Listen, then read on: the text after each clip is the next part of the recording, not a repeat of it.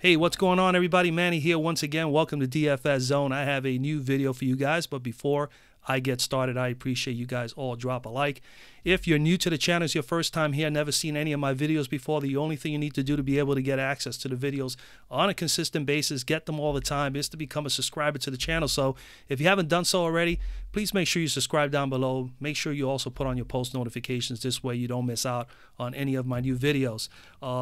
We're going to have, starting this week, we're going to have a comment contest for the week. It's a drawing weekly. It's sponsored by Draft Dashboard. Thanks, Chris at Draft Dashboard, for bringing that, giving me that opportunity to be able to share that with you guys. It's a $10, but what I'm going to do is I'm going to double that, and I'm going to make it a $20 giveaway. The only thing you need to do to be able to have the opportunity to be a part of the contest is only like the video, of course. Make sure you comment down below every day, and as well as you got to be a subscriber to the channel. So make sure you are subscribed, because I will check if you happen to win the drawing. But thanks again to Chris. So we're going to have a $10 sponsorship for Chris on a weekly basis, and I'm going to double that and make it another $10 more, make it $20. So it begins as of today. So guys, make sure that you like, comment, and subscribe to be able to be a part of that. It's just a way for us to give back to you guys as far as the community is concerned. So I greatly appreciate all of you guys. Get involved. It's a little bit of something. It's not a whole lot of money, but it's something. And maybe down the line we will have even more to give away to you guys as a thank you. Okay. All right. Let's get to it. So as you know, man, Draft Dashboard is my weapon of choice for MLB. It's also for NBA. Of course, you can also utilize it for the NFL, NHL, and I think very soon Chris is going to work on WNBA, which I covered last year. So if you do WNBA and NBA and MLB, then you definitely would like to have a little bit of access to the software and be able to utilize those so you could build your lineups up, and of course be able to share. I could be able to share with you some of my players that I will have in my player pool. So Draft Dashboard, man, you're gonna get everything here, everything that you see on the screen. Make everything a lot easier. It's all about saving research time. Granted, with baseball, I do a number of other things to help you out, but again, that's an area where I'll be able to help you guys at. You ain't going to have to worry too much about that. But as far as here, the most important features or the important tools that you need are right here. I mean, obviously you got the pitchers, you got the team ranking. Of course, you got the price for DK as well as Fanduel. There goes the price tag here. You got, of course, over here, if you hover over here, you're going to be able to get the last 3 years OPS averages versus lefties, righties, and switch hitters for the pitcher, and vice versa for the hitters. You'll have that as well. Of course, also what the pitcher has done against the opposition. In this case, Verlander has the Yankees only batting 179 against him this year. So you'll be able to get that information. You got the OPS, you got weighted OPS, you got the fantasy points per game, at bats for the hitters, innings pitched for the pitchers, the average, earned run average, of course, home runs for hitters, excuse me, and then of how many strikeouts for the pitcher. All this is going to be updated with time. I guess it's very early in the season, only a few games on a few starts under the belt, but that will definitely get better as we go. And then, of course, you have the projected ownership, the projected points, not ownership, projected points that the pitcher is slated to have here today. So again, all that on top of your top players list. MLB cheat sheet, you want to narrow this down even more, you got the MLB cheat sheet, the position optimizer where I'm at right now, sleepers and studs, player trends, then the lineup optimizer, very critical if you want to build your own lineups, one lineup, multiple lineups. You'll be able to take all your players on your watch players list and be able to put them in that optimizer and optimize lineups for you and make changes within the lineup as well. Then, of course, most importantly is you're going to have access to my watch players list. So if you use the link in the description of this video, I can offer you the software, okay, to utilize Draft Dashboard for 30 days for $1, and you will also have access with that link, and that's the only way you're going to have access to not only get the 30 days for $1 for one, but also be able to have access to my watch players list. Right now it's only 2, but for those of you that have been involved with me and been utilizing the software, you guys know there will be more players here. This is more for the new people that are coming in right now. So the watch players list. And how do you get to my watch players list? I think a number of people have asked that before. You basically, after you signed up and you use that link in the description of the video, you're going to be able to go right to your dashboard. And when you open up your dashboard, you're going to be able to go to watch players. And when you click on the watch players list, okay, we go here. And as you can see, watch DFS Zone's picks. Okay, and you'll be able to watch my players pick. Now, I don't know why it's showing that. It probably went to NBA. There goes the MLB. Okay, so watch players list. And when you click on the watch players list, you're going to see that button of Watch DFS Zone's pick. So that you look for that. That's how you're going to get to that, all right? And that's basically it. So, again, 30 days for $1. Try it out, and you'll be able to get access to my player pool for NBA as well as MLB, and then down the line, WNBA. So a lot of information there to help you guys with as we move along. All right, let's get to the actual page. Enough of that. All right, so at the top, man, we're going to the pitchers today. And, you know, if you're a cash play, I'm a GPP player for those who are new to the channel. I mostly play just tournaments. But there are some good options here. And let me get this to the main slate. As you can see, you can get that here as well. And you got the 8 games on the main slate today. And Verlander is your top pitcher for today. And I think if you're a cash play player, I think he is your best option. You know, I mean, he's coming in here. He's going up against the Yankees. The Yankees only batting 179 against Verlander, as you can see there. And his OPS average over the last 3 years is pretty darn good against lefties and righties. Below 700 is always great. And if you get him below 600, that is fantastic. But he is at 618 OPS versus lefties and a .629 versus righties, which is pretty darn good. And we know that he has K upside. He has this year against lefties 26.7% K rate, 26.3 versus righties. The Yankees are coming in with a 22.7, nearly 23% K rate right now. So there is upside for him to get some Ks. He's capable of getting you 8 or 9 pretty much per outing, but he's also has enough upside to get you 10 or better. Depending on how well he's pitching. So, I mean, granted, he didn't have a great outing his last time out, but nonetheless, I think he is probably the best play. If you're going to pay up, I think he will be the better play today. And as you can see right now, he's projected to be 33% owned, which, you know, it is quite a bit. It's a bit high. But, again, cash play, you gotta go with him. Other than that, my next guy for me, especially for GPP, is Erik Lauer. I mean, I am all over Erik Lauer. For one, Erik Lauer, first thing first, he come in here at 3.27 earned run average after 2 starts. He has played already, has some success over in San Francisco already played San Francisco his first start of the season, and he went 6 innings in that game, gave up no runs, 4 hits, 1 base on ball, 3 Ks, and 37 fantasy points. Now, granted, his numbers are not fantastic here. As you can see, his OPS is 841 against lefties and 807 versus righties.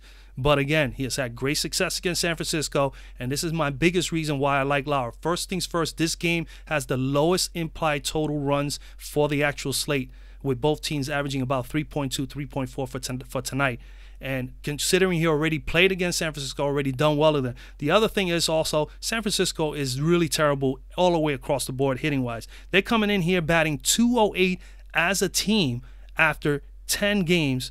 That's the 5th worst batting average in all of the MLB. They're in the middle of the pack as far as Ks are concerned. Their Ks have been up slightly from last year, 84 Ks thus far after just 10, 11 games. Also, they have only put up 25 runs. They've been manufactured only 25 runs through 10 games this year. That is the 3rd least amount in the entire MLB. They're not even getting runs across the board.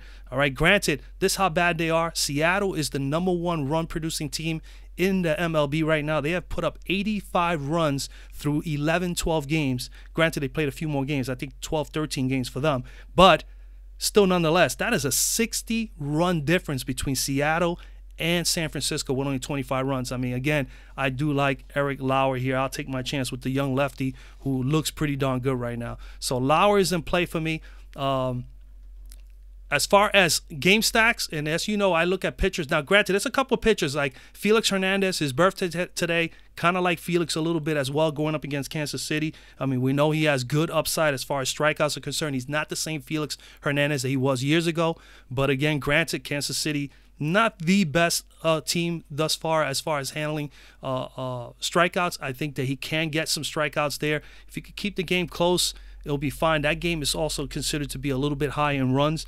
But I think, you know, his upside is there, and I think there's opportunity there within his team because I definitely like Seattle, and I think I will have some correlation in some of the smaller GPPs that I play today with having Felix correlate. You have some correlation with Felix Hernandez with a few of his hitters, but I do like Seattle players for some stacks today. So he may be someone to consider. And you always got to consider also Bumgarner on the other end of that San Francisco-San Diego game. The only thing is that Bumgarner's price tag is $9,000. So that's like about $2,100 more expensive effective than Erik Lauer, and I like San Diego's upside with their better hitters over San Francisco. So that's one of the reasons also I like Lauer in that matchup against Bumgarner. But let's get right into some team stacks, and that's basically what I offer you here at DFS Zone. So as far as stacking today, my number one stack for me is Seattle today. I do like Seattle a whole lot in their matchup against Homer Bailey. We know Bailey, Bailey is coming in here. He has a 5.40 earned run average after one start, 3 earned runs, 5 hits, 2 base on balls. Did have, the one good bright side is that he did have 8 strikeouts in that game, which is really, really rare for Homer Bailey, and he put up 30 fantasy points.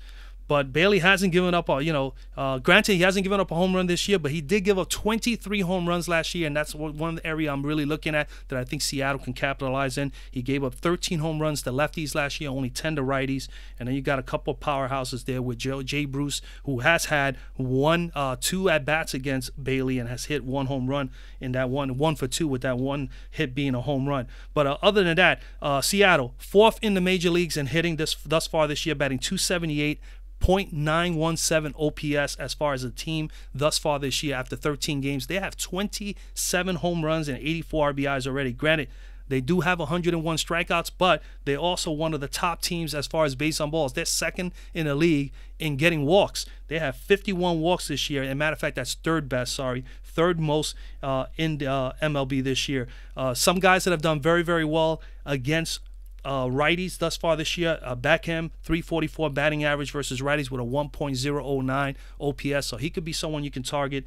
Santana's been absolutely fantastic at 342 batting average with a 1.129 OPS. He has had 4 home runs and 13 RBIs already. And Smith at 292 batting average with a .817 OPS are guys to consider. I think those 3 guys you can definitely consider on top of Jay Bruce, on top of guys that are very powerful, very dangerous with the bat. They're not hitting well against righties right now, but they are pretty dangerous, and that's Edwin Encarnacion, Healy, and of course I mentioned Jay Bruce, who's the lefty. I think those are all guys I do find myself that I will have exposure to the Seattle team as far as the team stack today, and I may have a couple of lineups with correlation adding in there Mr.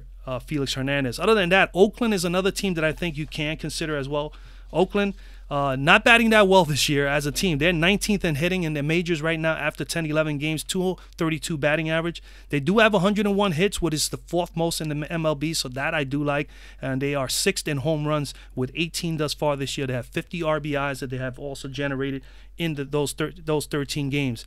They have been better with the strikeouts this year than they were last year at this point in time. They've struck out 85 times this year. It's a bit high compared to some other teams, but they were worse last year at this time. They have also improved in walks. They have had 44 walks thus far this year, so they're a little bit more patient at the plate thus far this year. They're better hitters against righties this year, which they can go and attack. Andrew Cashner is guys like Chapman is batting .333 with a .978 OPS. Laureano is batting .310 with a 0.759 OPS, and Simeon at .269 batting average with a .810 OPS. Those guys are definitely guys to consider. On top of that, they will be a part of my BVPs. They also have 3 solid guys that have done well against Andrew Cashner. They got Kendry Morales at 6 for 10 with him with 3 home runs and 6 RBIs, batting .600 with a 2.167 OPS, a .842 WOBA, and a 800 ISO versus Cashner. You got Hudley 4 for 9 with 1 double and a 444 batting average with a 1.056 OPS. You got Davis at 6 for 17 with 1 double, 1 home run, 6 RBIs, a 353 batting average against Cashner with a .941 OPS, .403 WOBA, and a .235 ISO. So he has definitely done very well against Cashner. And like I said, you can also have an Oakland correlation. I can see having some correlation with Estrada going up against Baltimore, considering how Baltimore, even though Baltimore's been winning games, they've not been lining up the scoreboard as far as major runs. They've been just getting sufficiently good pitching. So, but I do think Estrada, because he has this tremendously big lineup behind him, could be aggressive, can have actually a pretty good game against Baltimore. So he may be someone to consider also as a pitcher and someone to throw in there with some of these batters. So I do like these guys here. They're going up against Cashner, all right? One of the reasons why. Cashner, 5.40 earned run average after 2 starts. They did put up 37 put up a 37 spot in his last start versus Toronto. Pitched 6 innings in that game. Did give up no runs, 4 hits, 3 base on balls, and 3 strikeouts. But versus the Yankees, which is a much stronger lineup, he definitely did have some problems in his first start of the year versus the Yankees. Gave up 6 earned runs in that game with 6 hits, 4 base on balls, and 3 strikeouts. So again, Cashner, not a power pitcher, is not going to get tons of strikeouts. He is capable of giving up the long ball. He gave up 25 home runs last year, 15 to lefties and 10 to righties.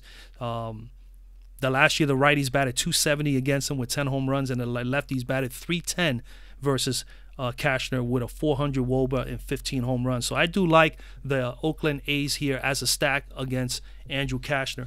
And those are the 2 teams that I'm looking at. Now, some sneaky teams here. There are a couple of teams that I think, to be honest with you guys, there is a couple teams here that you can do small stacks with. Atlanta, Colorado are some that are, even Philly. There's a couple of teams here that you can look for some players. Colorado could be a nice little stack versus Julio Teheran, who has trouble versus lefties. You got David Dial.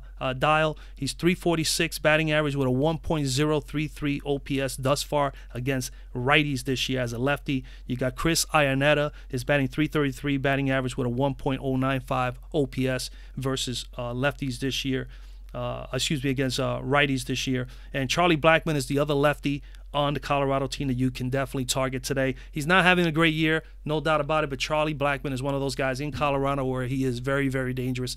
Can get into, can get in this really hot streak, be able to pop a few homers, get a couple doubles. He is capable of getting that done. So Blackmon at a .286 batting average is someone you can consider. The other 2 lefties that may see some action today, Tapia and Walters. If you want to target some lefties against Teheran, those are the guys that you want to consider. But some of their righties are very dangerous too because they are playing in Colorado. I would think Reynolds, Story, and Arenado are all in play versus Julio Teheran. And then again, a couple other sneaky plays. We're going to go, matter of fact, let me go over to some BVPs. Now, very sneaky stack for me today is actually attacking Tanaka of the Yankees. Houston has done very well against Tanaka. Carlos Correa is batting 5 for 13, 385 batting average with 2 home runs and 5 RBIs with a 1.275 OPS versus Tanaka. Springer is 4 for 12 with 2 home runs and 3 RBIs with 333 batting average and a 1.262 OPS. Bregman, small sample, 2 for 4, 1 home run, 4 RBIs, 500 batting average, 1.917 OPS. And then even Brantley at 3 for 9 with 2 doubles, a home run, and 3 RBIs and a 333 batting average with a 1.289 OPS thus far this year in his career versus Tanaka. All 3 of his hits were all extra base hits with the 2 doubles and a home run. So these guys are very dangerous. So you got 3 guys there, 4 guys. You can make a small little team stack with Houston just with those BVPs. Other BVPs that you can look at, Philadelphia, TJ Realmuto has done well. A small sample as well versus Sanchez, 3 for 7 with 1 home run and 6 RBIs with a 429 batting average and a 1.357 OPS. Is someone you can consider. Washington versus Velasquez. You got Kendrick is 4 for 7 with 1 double, 2 home runs, 5 RBIs, a 571 batting average, 2.143 OPS versus Velasquez. You got Ryan Zimmerman, 5 for 12 with 2 doubles, a home run, 4 RBIs, 417 batting average, 1.333 OPS versus Velasquez. So you can attack a small little team stack with those 2 guys with BVPs. San Luis, Paul Goldschmidt has had a very, very good time against the Dodgers. Ryu, 11 for 26 with 3 doubles, 3 home runs, 9 RBIs, 423 batting average with a 1.367 OPS. You can target Goldschmidt there. Kansas City's Whit Merrifield is batting against Felix Hernandez, 5 for 10, 1 double, 1 home run, 1 RBI, only a 500 batting average with a 1.400 OPS. You can certainly go there with Merrifield. And then Seattle's Jay Bruce, small sample, only 2 at-bats versus Homer Bailey. And that 1 at-bat was a home run. It was a 2-run homer. He is batting 500 with a 2.667 OPS. Again, granted, remember, that is a small sample. D. Gordon, a little bit better, 10 at-bats, 4 for 10, 1 double, 400 batting average with a .900 OPS.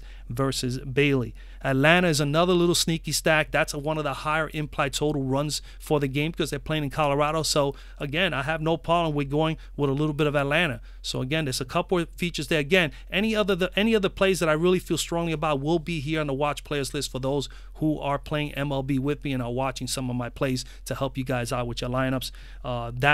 Those added players will be on here as soon as I finish the video. Dansby Swanson, 6 for 9 versus Freeland, 1 double, 1 home run, 4 RBIs, 667 batting average, a 1.811 OPS. Is someone you must consider here against Freeland. Nick Markakis, 5 for 11, 2 home runs, 3 RBIs, 455 batting average, 1.417 OPS versus Freeland. And Ozzie Albies at 5 for 12 with 2 doubles, a triple, 2 RBIs, 417 batting average, 1.167 OPS. Those are the top 3 for Atlanta that you can attack with Freeland. All right. Other than that, one other guy that I want to discuss for BVP is San Diego Padres Renfroe versus Bumgarner. 5 for 13, 2 doubles, 2 home runs, 4 RBIs, 385 batting average with a 1.385 OPS. Those are guys that you consider. Those are the BVPs. I gave you a couple of stacks. I even gave you a couple BVPs that I think you can actually put as stacks, like Atlanta. You can even consider the 2 guys from Seattle that I mentioned. The Houston, it could be a very sneaky stack versus Tanaka, with about 3 or 4 players doing fairly well there against Tanaka in the past. And then, of course, you got the 2 players for Washington. You can go there with a little team stack there. Very small stack. But again, a lot of opportunities there, guys. I'm gonna just break this all down through the course of the next hour or so. Come back after work, be able to do another hour or more before lock. I will get down here what I believe are probably the best possible plays for us here tonight on MLB. Other than that, man, I wish you a lot of luck. Again, if you want to be on the contest, make sure that you go to the link in the description. If you're a new subscriber, make sure that you subscribe. Make sure you like. Make sure you comment down below if you want to be in the contest. And again, that's pretty much it, man. I wish you guys a lot of luck, and I'll see you guys on the next video.